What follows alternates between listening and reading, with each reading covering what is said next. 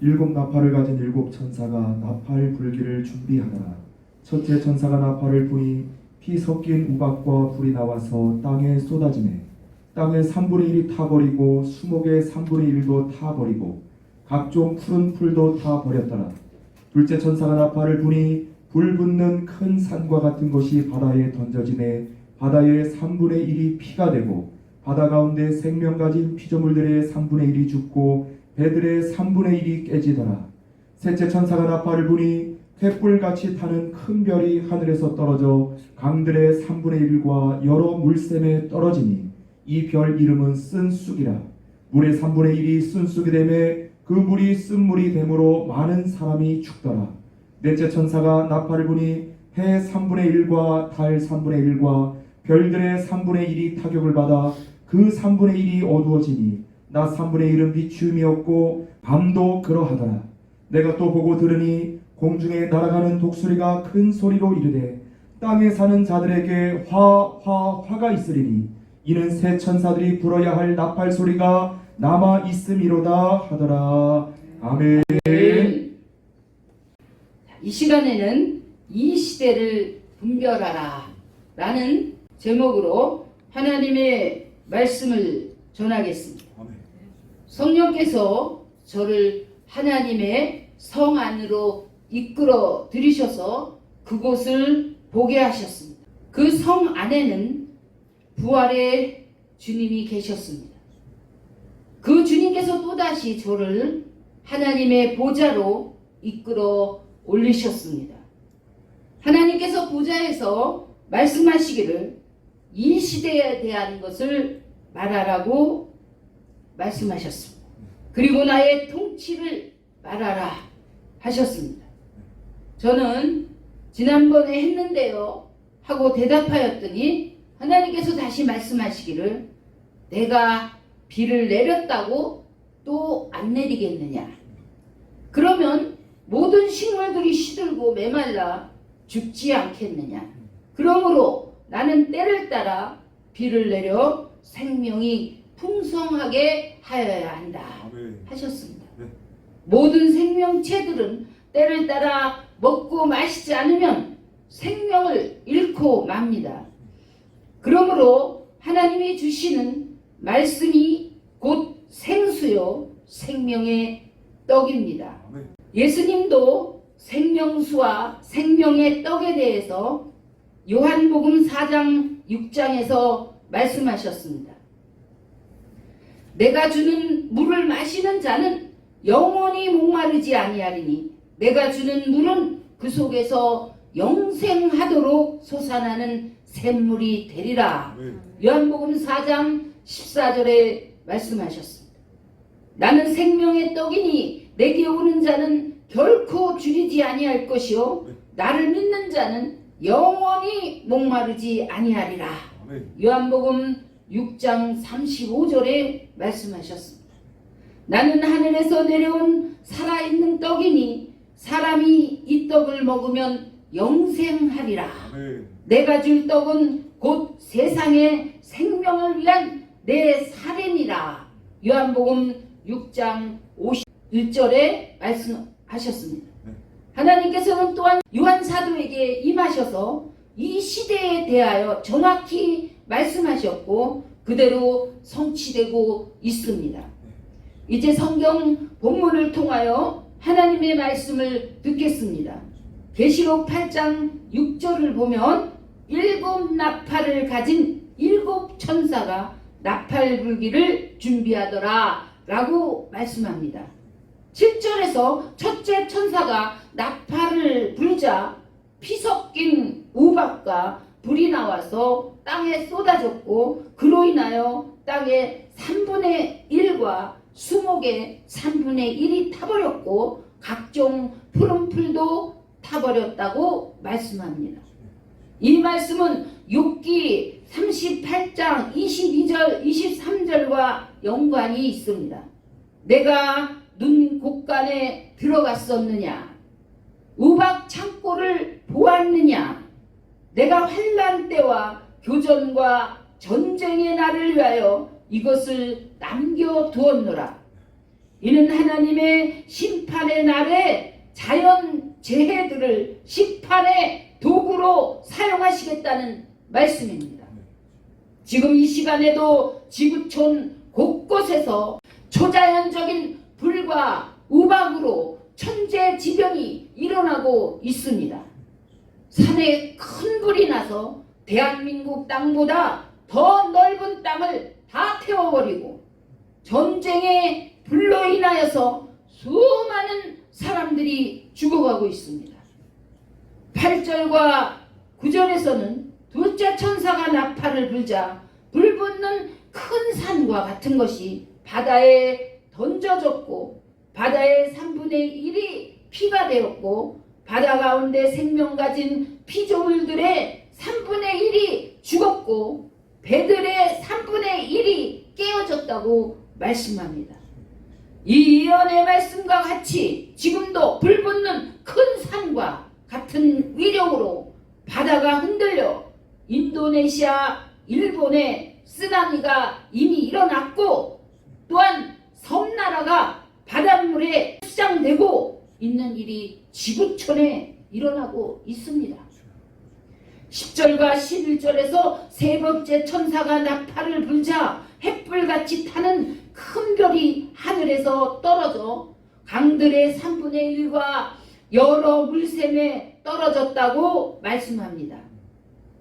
이 큰 별의 이름은 쓴 쑥이라고 불리는데 이것으로 인하여 물의 3분의 1이 쓴 쑥이 되었다라고 말씀하고 있습니다. 그리고 물이 쓴 물이 됨으로 많은 사람들이 죽었다고 말씀합니다. 지금도 지구촌 곳곳에 수자원의 고갈이 되어 물 부족으로 인한 재난이 현실로 다가오고 있습니다. 12절에는 네 번째 천사가 나팔을 불자 해와 달에 그리고 별의 3분의 1이 타격을 받아 그 3분의 1이 어두워졌다고 말씀합니다. 그리하여 낮 3분의 1은 비춤이 없어졌고 밤에도 비춤이 없어졌습니다. 이는 세상의 낮과 밤이 점점 어두워질 것을 예언하신 말씀입니다. 계시록 9장 1절로부터 11절을 보면 다섯째 천사가 나팔을 붑니다. 그러자 하늘에서 땅으로 떨어진 별 하나가 있는데 그 떨어진 별이 무적행의 열쇠를 받았다고 말씀합니다. 그 별이 열쇠를 가지고 무적행을 열었는데 그 구멍에서 큰 화덕의 연기 같은 연기가 올라왔고 해와 공기가 그 구멍의 연기로 인하여 어두워졌습니다. 또 항충이 연기 가운데로부터 땅 위에 나왔는데 땅에 있는 정갈의 권세 같은 권세를 받았습니다. 놀라운 것은 그 황충이 이마에 하나님의 인침을 받지 아니한 사람들만 괴롭힌다는 사실입니다. 그날에는 사람들이 죽기를 구하여도 죽지 못하고 죽고 싶으나 죽음이 그들을 피하였습니다. 지금도 지구촌 곳곳에서 수많은 사람들이 사망의 늪에서 헤어나지 못하고 있습니다. 그들은 우울증과 자살 등의 각종 고통 속에서 죽음을 갈망하지만 죽지도 못하고 있는 상황에 놓인 것을 볼 수가 있습니다. 계시록 9장 13절부터 21절에서는 여섯째 천사가 나팔을 불자 큰 강 유브라데에 결박된 네 천사들이 놓아졌다고 말씀합니다. 그 천사들은 마병대 2억을 이끌고 사람의 3분의 1을 죽이기로 준비된 천사들입니다. 그 마병대의 입에서는 불과 연기와 유황이 나왔고 그 새 재앙으로 인하여 사람의 3분의 1이 죽임을 당하였습니다.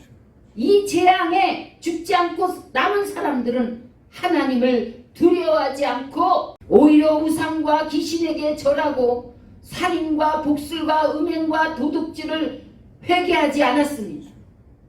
지금도 전쟁과 죽음의 무서운 재앙 앞에서도 사람들이 회개하지 않고 더욱더 죄 가운데 거하는 모습을 보게 됩니다.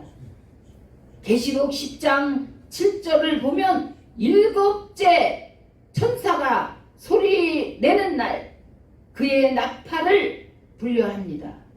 그때에 하나님이 그의 종 선지자들에게 전하신 복음과 같이 하나님의 그 비밀이 이루어질 것이라 말씀하십니다. 또한 11장 7절에는 우정행으로부터 올라오는 짐승이 교회를 상징하는 두 증인과 더불어 전쟁을 일으켜 그들을 죽일 것이라고 말씀합니다. 그리하여 두 증인의 시체가 큰 성 길에 있게 되었는데 그 성은 영적으로 하면 소돔이라고도 하고 애굽이라고도 하였습니다. 구약성경 창세기를 보면 소돔과 고모라는 하늘로부터 불과 유황이 내려 멸망을 받았습니다. 그 이유는 죄로 인하여 크게 타락하였기 때문입니다. 또한 출애굽기를 보면 하나님께서 선택하신 이스라엘 백성들을 애굽에서 구원하시기 위해 모세를 보내셨습니다. 하나님은 권능으로 10가지 재앙을 애굽에 내리시면서 고통하며 신음하는 하나님의 백성들을 이끌어 내셨습니다. 하나님은 지금도 예수 그리스도를 통하여 권능으로 이 세상에 7가지 재앙을 내리십니다. 아멘. 이 땅에 재앙을 내리시는 목적은 악한 영에 붙잡혀 사는 악인들을 심판하시며 하나님을 믿고 순종하는 하나님의 백성들을 구원하시기 위함입니다. 아멘. 이스라엘 백성들을 애굽에서 이끌어내셔서 가나안 땅으로 인도하신 하나님은 지금도 메시아 예수 그리스도를 이 땅에 보내셔서 하나님의 백성들을 천국 즉 새하늘과 새 땅으로 들이시고 계십니다. 아멘. 지혜로운 사람들은 세계 곳곳에서 일어나는 기이한 일들을 보면서 이 모든 것들이 성경을 통하여 하나님이 하시는 일들이라는 것을 믿고 있습니다. 아멘. 지금 전 세계를 가장 떠들썩하게 하고 있는 것은 아프간 사태입니다. 순식간에 텔레반이 아프간을 점령하여 수많은 난민들이 생겨났습니다. 국제사회 속에서 각 나라들이 그 난민들을 수용해야 하는 상황에 놓였으며 우리나라도 그들을 인도해야 하는 사명을 띄웠습니다. 우리 정부는 그곳에 버스를 준비시키고 비행기를 보내고 그동안 대한민국과 협력했던 사람들을 신속히 데리고 나왔습니다. 차츰 조금만 늦었더라도 그들을 그곳에서 이끌어내지 못할 수도 있었다고 합니다. 그러나 다른 어느 나라는 비행기는 아프간으로 보냈지만 버스를 준비하지 않았고 그리하여 난민들로 하여금 공항까지 걸어서 오라고 하면서 구조하는데 매우 어렵게 되어 소식에 뉴스에 나오고 있습니다.